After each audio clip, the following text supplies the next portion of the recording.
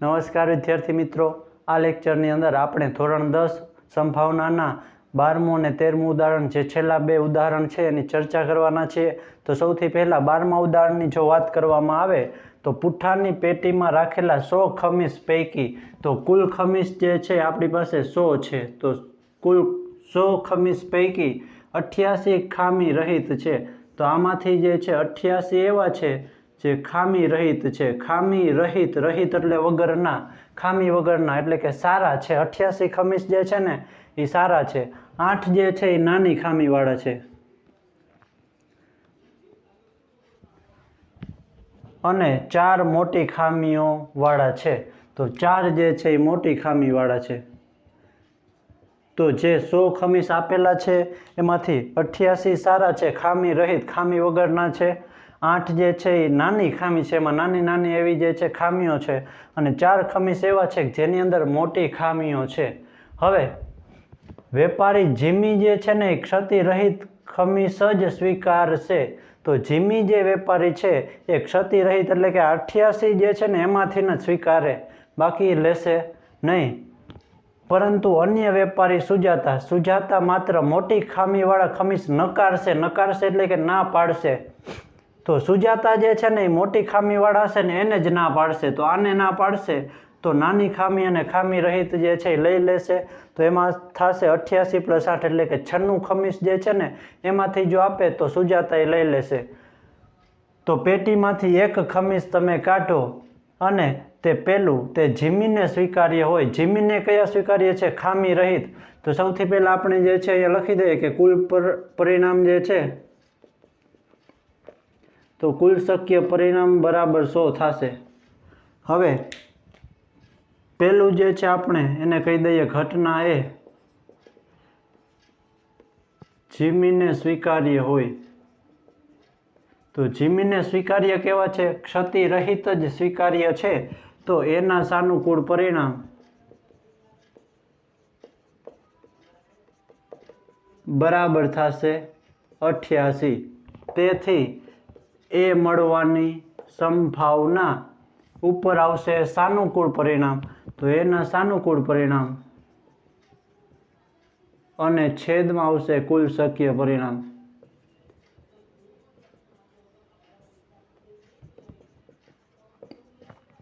તો સાનુકૂળ પરિણામ ક્ષતિરહિત કેટલા છે? તો કે 88 છે. તો 88 છેદમાં 100. અહીંયા છેદ ઉડાડવાનું નથી. 100, 10 કે 1000 આવી બધી સંખ્યા હોય ત્યારે પોઈન્ટ આગળ પાછળ થશે. તો 88 ને 100 વડે ભાંગો એટલે પોઈન્ટ પછી જે છે બે સંખ્યા એટલે બે ડગલા પોઈન્ટ આગળ આવી જાય. તો 0.88 સંભાવના મળે કે જે જીમીને સ્વીકાર્ય હોય. ત્યાર પછી જે છે હવે જો આપણે સુજાતાની વાત કરવામાં આવે તો સુજાતા જે છે ને મોટી ખામીવાળા નકારશે એટલે કે ના પાડશે. તો આ 4 જે છે એ જ ના પાડે. તો 88 + 8 96 માંથી કોઈ પણ હશે એ સુજાતા લઈ લેશે. તો સુજાતા જે છે એના સાનુકૂળ પરિણામ થશે 96. તો હવે આપણે જે છે સુજાતા વિશે ઘટના બી કહી દઈએ. તો ઘટના બી જે છે એ ઉદ્ભવે. તો ઘટના બી થશે સુજાતા સ્વીકારે.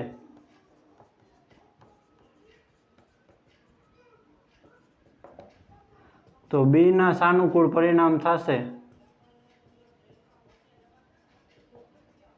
88 + 8 એટલે કે 96 થાય. તો સુજાતા સ્વીકારે એની સંભાવના બી ના સાનુકૂળ પરિણામ છેદમાં થશે કુલ શક્ય પરિણામ.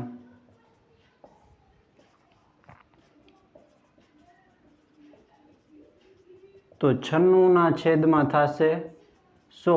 તો 96 ભાગ્યા 100 કરો એટલે બે ડગલા પોઈન્ટ આગળ આવી જાય. તો 0.96 આવે કે સુજાતાને સ્વીકાર્ય હોય. બહુ જ સરળ દાખલો છે અને પૂછાય એવો પણ છે બોર્ડની અંદર. તો સહેલાઈથી આપણે આને ગણી શકીએ. ત્યાર પછીનું આપણું જે છેલ્લું ઉદાહરણ છે, ઉદાહરણ 13ની જો વાત કરવામાં આવે તો ઉદાહરણ 13માં એક ભૂરો અને એક રાખોડી એમ બે પાસાઓ આપેલા છે. તો એક પાસો જે છે એ ભૂરો આપેલો છે, બીજો આપેલો છે રાખોડી. હવે તેને એકસાથે ઉછાળવામાં બંનેને આવે છે. તો તમામ શક્ય પરિણામ લખો. તો સૌથી પહેલાં શક્ય પરિણામ કેટલા હોય? તો કે જો ભૂરો પાસો આપણે લઈએ તો એની અંદર 6 પરિણામ શક્ય છે, 1 થી 6 આવી શકે. તો રાખોડી પાસો જે છે એની અંદર પણ 1 થી 6 આવી શકે. હવે તમામ શક્ય પરિણામ કેટલા શક્ય છે કે ધારો કે ભૂરા પાસા ઉપર 1 આવે તો રાખોડી પાસા ઉપર 1 પણ આવી શકે, 1 સાથે 2, 1 પછી 3 પણ આવી શકે, 4, 5, 6. તો 1 સાથે જે છે ગમે તે આવી શકે આમાંથી. તો 1, 1, 1, 2, 1, 3, 1, 4, 1, 5 કે 1, 6 આમાંથી ગમે તે આવી શકે.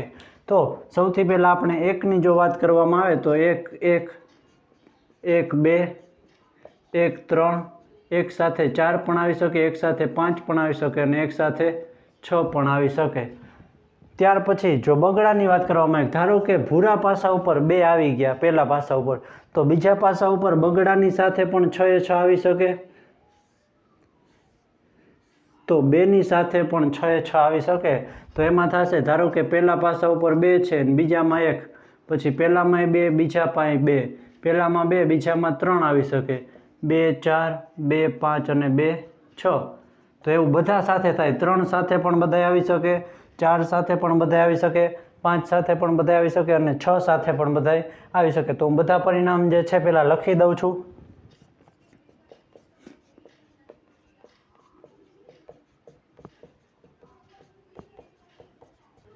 તો અહીં કુલ જે છે આવા 36 પરિણામો મળે. તો સૌથી પહેલાં જે છે આપણે અહીંયા લખી દઈએ છીએ કે અહીં કુલ શક્ય પરિણામ બરાબર 36 છે, જે નીચે મુજબના આપણને આપેલા છે. તો 36 પરિણામો મળે 2 પાસાને એક સાથે ઉછાળીએ ત્યારે.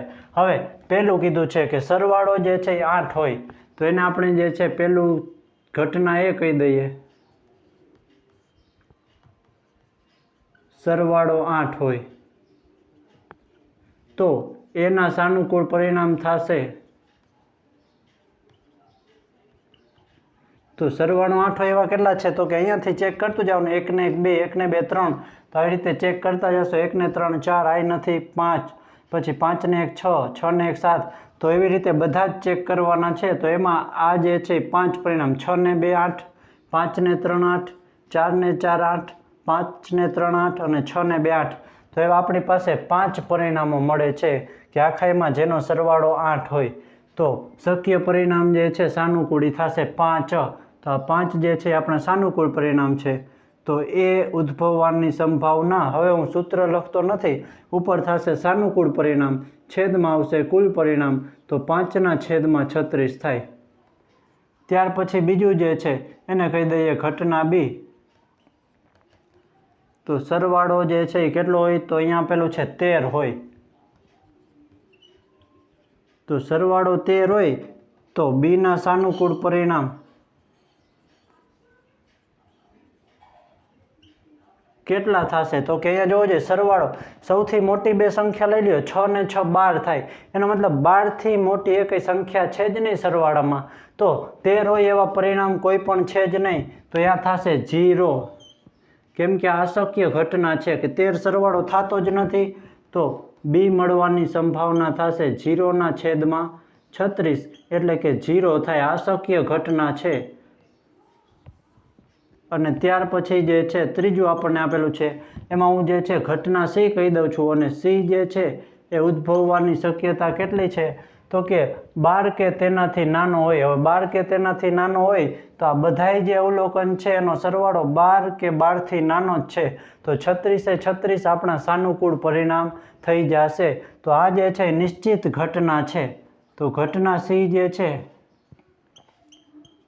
સરવાળો 12 કે તેથી નાનો હોય તો એના સાનુકૂળ પરિણામ થશે 36 અને કુલ પરિણામ પણ થશે 36. તો 36 36 ઉડી જશે એટલે એક જવાબ આવી જશે.